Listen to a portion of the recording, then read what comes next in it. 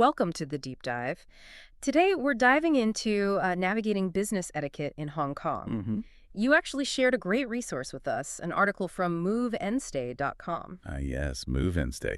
They've been around for ages, haven't they? Like over 25 years helping expats and business travelers in Asia find places, sort things out. Exactly, a really solid guide. So, consider this our quick way to get you up to speed on those essential cultural The points. kind of things that can really make or break a business interaction there. Yeah. Our mission today is basically to pull out those key etiquette tips from the article so you feel, confident and ready. Because some of these nuances might be a bit surprising, right? It's not always what you'd expect. Definitely not just skimming the surface here. No, getting into the details that matter. It's interesting how Move and Stay has been such a fixture. Shows how crucial understanding local culture still is, even with everything changing in global business. Absolutely. Okay, so let's start unpacking this. Punctuality. The Move and Stay article kicks off strong on this one. It really does. In Hong Kong's business world, which is, let's face it, incredibly fast-paced, being on time isn't just nice. It's expected. It shows respect. A big deal. It's seen as a direct sign of your professionalism, your reliability. Yeah, arrive late and you've already kind of dug yourself a little hole. hmm Not the best first impression. The article even suggests aiming to be a few minutes early. Right. Not to hover, but just to get settled. Yeah. Shows you're organized. It's that proactive thing, respecting the schedule, respecting the whole meeting. And Move and Stay also mentions confirming meetings beforehand. Good practice anywhere, really. Reduces mix-ups, shows you're serious. Definitely. But what if, life happens, you're running late? The advice is clear. Yeah. Call ahead. Immediately. Sincere apology. No long stories or excuses. Right. Keep the excuse brief or non-existent. Then apologize again briefly when you arrive, but move on quickly. Don't dwell on it. Exactly. The focus needs to shift back to the business. You acknowledged it, now show you're ready to go. Think about the positive impression you make, though, by just being reliably on time. Builds trust right away. Okay, so you're there, on time. You're in the meeting room. What about that initial chat? Move in, stay, mention small talk. Yeah, it's like a little warm-up. Helps break the ice, make things comfortable. Safe topics, they suggest. Weather, maybe a compliment on the office space. Or weekend plans, if it feels natural. But keep it brief. That's the key point they make, right? Be concise. Don't let the pleasantries drag on. Get to the point efficiently. Having an agenda sent beforehand, which Move and Stay advises, really helps with that. Good tip. And clear communication generally. Avoid jargon. Use visuals if needed. Absolutely. And it's not just what you say, it's how you carry yourself. Right. The article gets into meeting etiquette, hierarchy, for example. Super important. Addressing people correctly, acknowledging seniority. Active listening to, eye contact, nodding, trying not to interrupt. Shows you're engaged. Yeah. And body language. Keep it open, respectful. Avoid fidgeting. These nonverbal things, they really add up, don't they? Hugely. They reinforce what you're saying. Move and Stay has that handy do's and don'ts bit, which sums it up well. Like using titles and surnames at first. Don't get too familiar too quickly. Exactly. Be clear, concise, respectful. Avoid slang. Contribute thoughtfully. Don't dominate. All good stuff. Okay, let's shift to handshakes, another physical thing that varies a lot. Move and Stay points out they tend to be lighter in Hong Kong. Yeah, not a power grip. It's more about politeness. A gentle but firm grip works well. Yeah. Polite, professional. And they mentioned something important about personal space, especially regarding who initiates. Right. Some people, maybe women in particular, might not offer their hand first. So wait for them. Shows respect. Good to know. And the other bits. Eye contact. Brief, direct eye contact, open posture, a genuine smile helps. And there's a protocol, isn't there, about who initiates? Yes, wait for the most senior person. And in a group, shake hands starting with the most senior and work your way down. Reinforces that hierarchy awareness again. It does. And, as Move and Stay notes, be observant.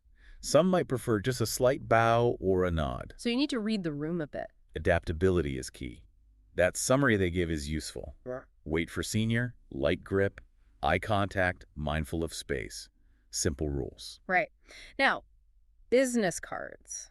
Move and Stay says these are way more than just contact info. Oh, absolutely. It's a big gesture of respect for the local custom, a whole ritual. They detail how to do it properly, use both hands to offer it. Yes, both hands. with the writing facing the person you're giving it to. And when you receive one, Take it with both hands, pause, actually look at it for a moment, acknowledge it with a nod. so as you value it. Exactly. And then don't just stuff it away. No, the article says place it on the table in front of you, maybe arrange them based on who's sitting where. And the absolute don't. Never, ever write on someone's business card right in front of them. Huge no-no.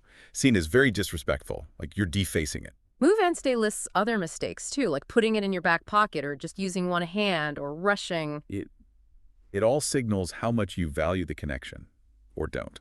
It's such a small thing, but it sends a powerful message, doesn't it? That you've bothered to learn their ways. Totally. It really sets a positive tone, demonstrates respect, which, as Move and Stay implies, goes a long way. Okay, what about dining? Business meals can be tricky ground. They can. Move and Stay's first point is crucial. Wait for the host to start eating. Simple sign of respect. Acknowledges their role. And seating arrangements. Usually the host directs you, often based on hierarchy again. So don't just plonk yourself down anywhere. Wait to be shown. Right. And the meal itself, it's often about relationship building, isn't it? Yeah, the article encourages trying things you're offered within reason. Pace yourself. And a practical tip. Avoid eating and drinking at the exact same time, and go easy on the alcohol. Moderation. It's about building trust, rapport, not just closing the deal over dinner. Exactly. Shows you're willing to connect on a more personal level. All right, let's tackle gift giving. Move and Stay flags this as potentially sensitive. Yeah, you need to be careful here. Avoid anything that could look like, bribery, especially now. Check your own company policy first. That's good advice. And they mention it's not typical to give a gift before receiving one. That's right. Usually it flows the other way or happens later in the relationship. Keep gifts modest, thoughtful. What kind of gifts work well? Things from your home country or region are often good, like a local specialty food, maybe a nice wine, if appropriate. Tasteful company items like quality stationery can work too. What to avoid? Overly personal things like clothing, unless you know them very well. And definitely avoid things with negative meanings. Clocks are the classic example. Right, clocks are associated with death or endings. Bad news. Very bad. Move and Stay has a useful quick guide on good, okay, and bad gifts. And presentation matters too. Yes. Wrap it nicely. Red or gold paper is usually good. Avoid white or black. Present it with both hands. Maybe a slight bow. And don't be surprised if they don't rip it open right there. Correct. They often open gifts later, in private. It's polite. Good to know. Avoids awkwardness. Finally, the article really stresses building long-term relationships. This is fundamental in Hong Kong business culture, according to Move and Stay. Trust and loyalty are valued incredibly highly, often more than quick wins. So it's about more than just the current project. Definitely. It means having real conversations, showing genuine interest in people beyond just the business talk, building that personal connection. And it takes time, right? Move and Stay says be patient. Absolutely. It might Oh. take multiple meetings, ongoing contact. Those initial meetings might feel more social sometimes. You're laying the groundwork for trust. Think of it like a long-term investment, as you said. Nurturing these relationships builds a really strong foundation for everything else. Okay, so let's wrap up this deep dive, drawing on moveandstay.com's great insights. Key takeaways for you doing business in Hong Kong. Be punctual. Always. Dress smartly. Use both hands for business cards. Remember the ritual. Engage in that brief small talk. Be mindful with gifts. And maybe most importantly, focus on building those long-term relationships. With that understanding and a bit of patience, Hong Kong can be a really rewarding place to do business. Which leaves us with a final thought for you to consider. Yeah, thinking about that strong emphasis on long-term relationships in Hong Kong. How could consciously shifting your own communication style, maybe being more proactive and showing personal interest, seeking deeper connections, how could that help you build stronger business relationships, not just in Hong Kong, but anywhere in our globalized world? Yeah,